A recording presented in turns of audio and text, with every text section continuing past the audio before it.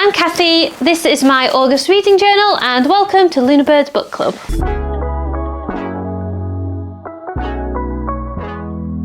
Hello! And Orla is here too. Okay, it is Friday the 8th of August. And we're going camping. And we're going camping. We are setting off camping in like the next half hour. And we've already done one holiday this month. So we got back 2 days ago from Ireland. We spent a week in Ireland on our summer holiday. We saw Rob's family. We had a really good time. Rob's family lives by the sea, so we did some walks by the pier and we saw a lot of jellyfish. There were like 100 jellyfish at the pier. Yeah. So we've done some walks by the sea and seen jellyfish. We went to see the Book of Kells. That was a really good trip. Yeah. If you don't know, the Book of Kells is a copy of the Bible, of the Gospels that was written around 800 AD. And it's one of the oldest surviving Bibles. It is one of the oldest surviving Bibles. It's written in Latin. Written in Latin, started on the Isle of Iona, and then got moved to Ireland to avoid the Viking raids. And it's just been beautifully preserved. So we got a wonderful tour around Trinity College, and then we went in to see the Book of Kells. We couldn't film the book itself because they keep it protected, but it was really beautiful to see. Because light can damage it because it's so old. Yeah, exactly. And the page it was open to when we got to see it was the burial and resurrection of Jesus in Mark's Gospel. So it was quite cool. I got to see the words of like Joseph of Arimathea and Maria to mean one of the Marys. I really appreciated just to see scripture treated with such reverence and care and passion, and I found it quite moving. We also got to go into what they call, there's a cat yowling. And there's another cat right here. There's another cat right here. Hi, Luna. We got to go in what's called the Long Library, a huge library, and the smell of old books just hit you the moment you entered.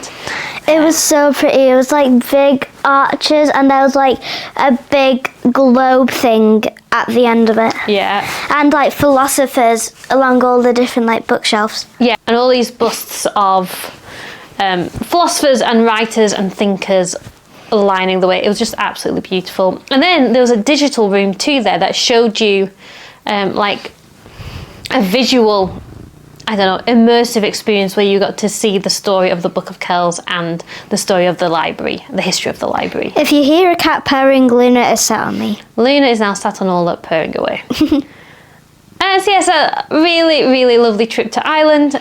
We got back 2 days ago and now we're going camping, which feels a bit crazy, but this was like a last minute trip we booked to spend some time with some friends of ours. So we are going to go to Ingleton for a little camping trip, literally in 20 minutes. But I thought I'd come on quickly and give you a book update. I have finished 2 books so far this month. I have finished, first of all, The Dragon Reborn. I've been listening to that on the audiobook and I spent about 5 hours yesterday listening to that book because my time limit was going to come up on it whilst doing a jigsaw that Rachel lent me. I'll try and show you the jigsaw in a minute. So that was a wonderful day for me, a very chill out day, listening to The Dragon Reborn and doing the jigsaw. I did enjoy this book, but I do feel it is one of the weaker ones of the early half of the Wheel of Time series. The final fight between Rand and Balsamon just doesn't pack any punch to me because it's happened 2 times before by this point. But saying that, the big idea that happens in The Dragon Reborn is that we've got Rand, our chosen one, revealed as the Dragon Reborn. Sorry, that's a bit of a spoiler if you've not read Wheel of Time before, but if you know anything about Wheel of Time, you kind of already know that. And he is almost absent for most of the book. He decides to leave everybody behind and try and sort out for himself what he believes about his own destiny. But Rand is so fated and so powerful and strong and so destined to fulfill this role that he's got, that even when he is absent, his decisions and choices are still pulling on all the threads attached to his friends. So even though everybody's off on their own adventure and seeming to make their own choices, they are inevitably woven back together for the final chapters in one city, in one fortress. And everything kind of inevitably leads them back together. And that is actually quite a cool concept to see. So we'll do a big review of that soon, and get deeper into the Dragon Reborn, but it was a good experience, and I'm really glad that I'm diving back in again to the Wheel of Time, and I'm excited because the 4th book was my favourite one last time I read them, so I'm wondering if it will still be my favourite one this time. The other book I finished is A Fairy Tale by Stephen King, and that's a really nice cover. It is a beautiful cover. It is a gorgeous cover. Stephen King is one of my favourite authors, and the concept sounded really interesting about a young boy and his dog going into a world of fairy tales. And yet, this was quite disappointing for me, and I felt like once we got past the first third of the book, I could have put this down and walked away from it and never felt like I was missing out, which is really painful to say. So in the beginning of the book, it's a story of Charlie who ends up... it's by Stephen King as well. I know, and I love Stephen King. Yeah. You have like every single one of his books. So Charlie is a 17-year-old lad who hears his neighbour's dog barking furiously one day and realises that the dog is barking for help, so he goes into his neighbour's garden and discovers that his neighbour's fallen off a ladder and hurt himself. And his neighbour is this grouchy old man called Howard, lives in a creepy old house. The dog's normally quite menacing to strangers, but Charlie is determined to help Howard, and he gets him help, and then he helps him settle in. And that sounds quite sweet, actually. Yeah, and Charlie's got his own reasons for why he feels compelled to do that. The first bit of that whole friendship developing, I loved. It was a slow build-up, but I really, really enjoyed it. But then the next 2/3 of the book are about Charlie and the dog Radar having these adventures in a fantasy land. And that sounds so cute. I know, but once we get to the fantasy land part, everything just feels a little bit stale. There's no characters who feel really believable. Everybody's either good or bad, with no shade in between. There's nothing surprising, there's nothing mysterious, there's nothing that builds up, and everything happens exactly how you think. And I think it also doesn't help, like the first part of the fantasy land is like exploration, and we're on the mission to save the dog. The dog is old and dying, and there's a way to save the dog. But then after save the dog, it then becomes Charlie gets put in prison, so it's a prison breakout story, and then it's leading a revolution, stopping the evil king story. And all of these chapters, story beats feel very disconnected from one another. They don't lead up or build up to anything. And the other big distracting thing in this is that Charlie is in no way a 17-year-old in 2000. It's meant to be 2003, 2023. Charlie's just not a convincing teenager. He speaks like Shakespeare. Kind of. All of his references to toys and culture would fit really well for somebody who grew up in the 80s or 70s, but don't fit in at all with somebody who was born past the millennium. He just doesn't come across as a 17-year-old of this time at all. He also talks about one point about maybe trying out for the High School Musical that year, which was High School Musical, because he wanted to sing Breaking Free with another pretty girl in the class. And I just don't believe that that's what an American 17-year-old boy would be looking to do. I just didn't believe it. So I got through it, I read it all, but it wasn't that great, and I'm a little bit disappointed.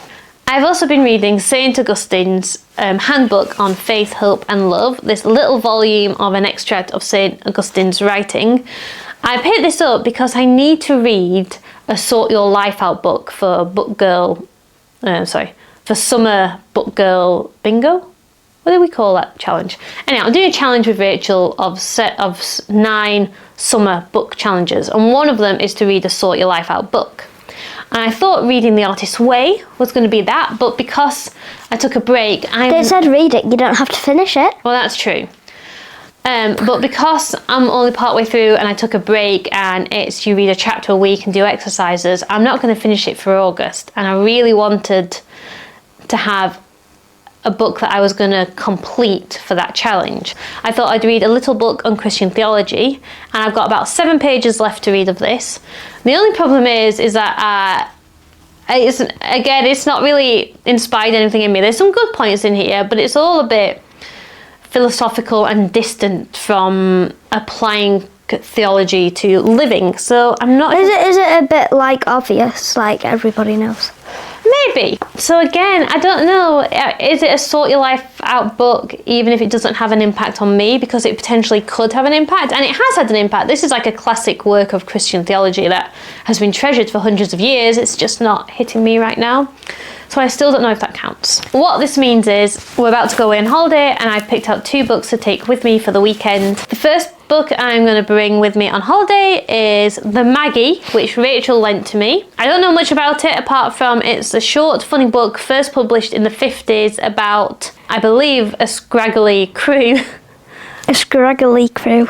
On a boat doing a voyage of some kind, and that's all I really need to know. I think this has just got some gentle, quirky humour in it, so I think this could be a good little camping read. So the next book I'm bringing to try and tick the box of a Sort Your Life Out book that I can finish completely in August is The 100, which is a book I've read before, a guide to the pieces every stylish woman must own. Now, I feel like that's too harsh a thing, but what this book is a list of 100 fashion items that this author, who is called Nina Garcia, so she's a fashion writer and author, and she's got this book of 100 fashion items that she believes will always be timeless. It's full of really fun illustrations of all the pieces talked about, and for each of the items it gives you like a little history of when it got first introduced and what it can mean and where is it popular and some tips on how to wear it. And I thought it could be an interesting thing to read again and see if it gives me any inspiration for my own wardrobe. So not like a very serious Sort Your Life Out book, but a fun Sort Your Life Out book and maybe a little bit of shopping inspiration. As promised, here is the jigsaw I have been working on this week. And here it is completed. This is what I've been doing whilst listening to The Dragon Reborn. It is a really fun jigsaw with lots of little details and things to see. It's also like a little bit naughty. There's quite a few bottoms involved in this, but just everywhere you look there is something like a bit weird going on. Like here there is a dude who seems to be spawning pink creatures out of like a camera. Over here there's like a frog and a pretty girl on a date, and the frog's not looking too sure about that. Over here there is an unfortunate man getting eaten by a dragon. It's all just fun and silly, and I've really enjoyed doing that. I am very late filming this clip because I'm just editing my August reading journal now, and I realised I never filmed a clip after the camping weekend to tell you how that went on. So, it was fantastic. So we went to Ingleton, we camped at a place called Falls Park, which was right on the Ingleton Falls Trail. Beautiful. On the day we arrived, we went to have a look around Lord's Antiques, which is this huge, big warehouse full of old and interesting things. Rob and Ola loved it just as much as I did. There was just so much to see and so many things that we wanted to buy. Old furniture, old clothes, curiosities, just a really fun day out. And then on the Saturday, we did the waterfall trail with our friends. Absolutely beautiful. 4.5 mile walk up and down the hills, going past all these absolutely stunning waterfalls. It was just a beautiful, beautiful place to be. And on the last morning, Ola and I, we'd gotten up early and we just sneaked away together and went to the nearest waterfall and just had about half an hour to ourselves in this beautiful, peaceful spot with trees and the water flowing and a little robin really close to us saying hello, and it was just really, really special. Reading wise, that weekend I did read and finish The 100, and It's a really good, fast-paced non-fiction book full of interesting facts and information and opinions about different fashion items. What's not to love? Also, I started reading the Maggie, but I didn't finish it because as part of my Book Girl Summer Challenge, I had to read a book late into the night, and the Maggie wasn't exciting enough for that, so I swapped to reading Jurassic Park instead. Today is Sunday the 24th of August, and I have finished reading Jurassic Park this afternoon. I stayed up late reading it last night to finish my Book Girl Summer Challenge with Rachel. There should be a video about that coming out soon, if not already out. I can't remember where we're up to with the schedule. But yeah, to finish that challenge, I had to stay up late reading, and that sounded so fun when I wrote it on the bingo card, but actually staying up late is a real challenge for me nowadays. I fall asleep so quickly in the evening and I get tired so quickly, so I had to make a plan to get myself to stay up late. So I put all to bed one night, and then I started watching a film at 9 o'clock, which is unheard of now in my life. I watched When Harry Met Sally for the first time, and oh, that was an amazing film. I see why it's so hyped up, and gosh, the jumper game in that film was magnificent, and I feel like I need to rewatch it again and just make notes on all the outfits. So I watched Harry Met Sally, had a great time, and then I went up to bed and I read Jurassic Park until midnight, and then I finished it off this afternoon. So I'm probably going to pick up the Maggie next because I partially started it before I realised that I needed a book that was going to grip me enough that I would stay up late reading it, so I swapped to Jurassic Park. Oh, and I should say, I love this book. It still holds up, as you can tell from how battered it is. This copy has been read many times. It's actually my dad's copy, and it migrated to my house when I moved. My dad did ask me today, he said, oh yeah, I saw that you put Jurassic Park on Instagram. He said, is that my copy? I was like, yeah. But he said it's okay, I can look after it for now, because he's a good dad. Anyway, this book is as good a book as the movie is a movie, which for me is saying a lot because I love that film too.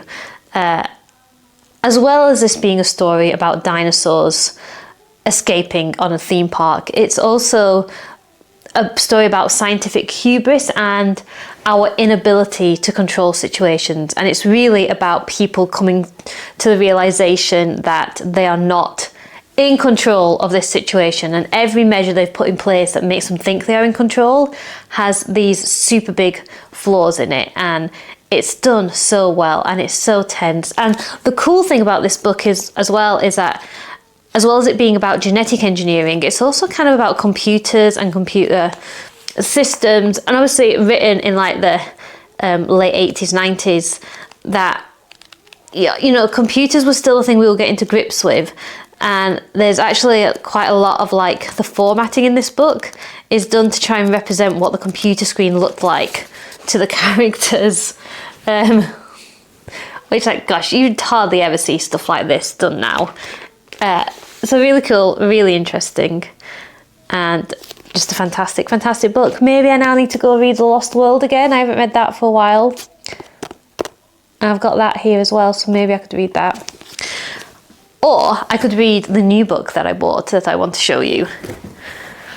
TK Maxx is really upping its book game. I think nearly every book I've bought this year has been from TK Maxx because they keep having these beautiful editions of classic books.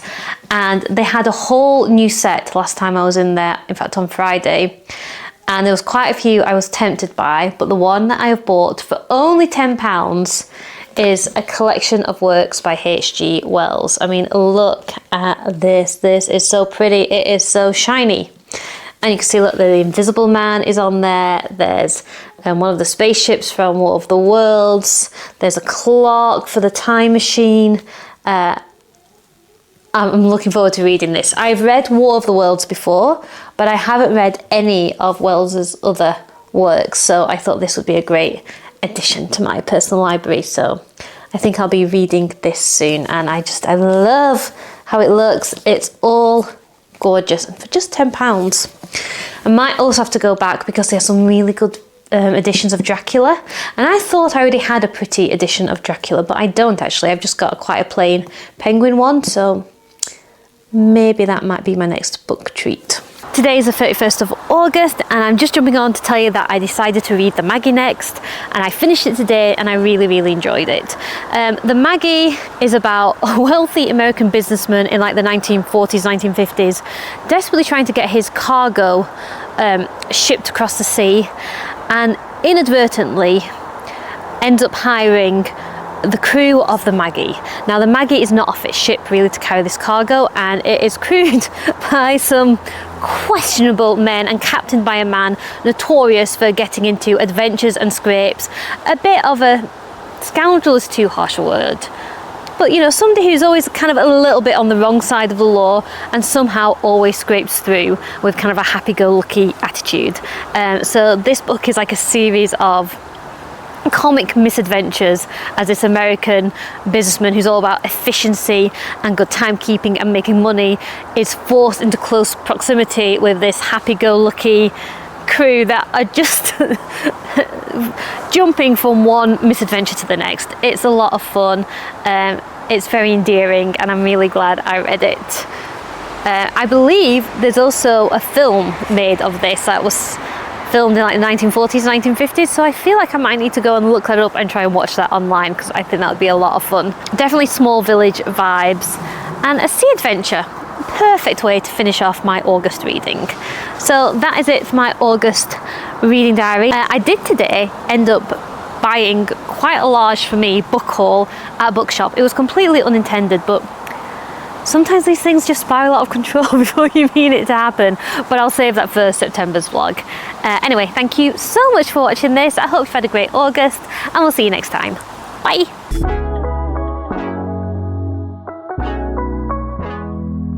Never following the rules, but always somehow coming up with the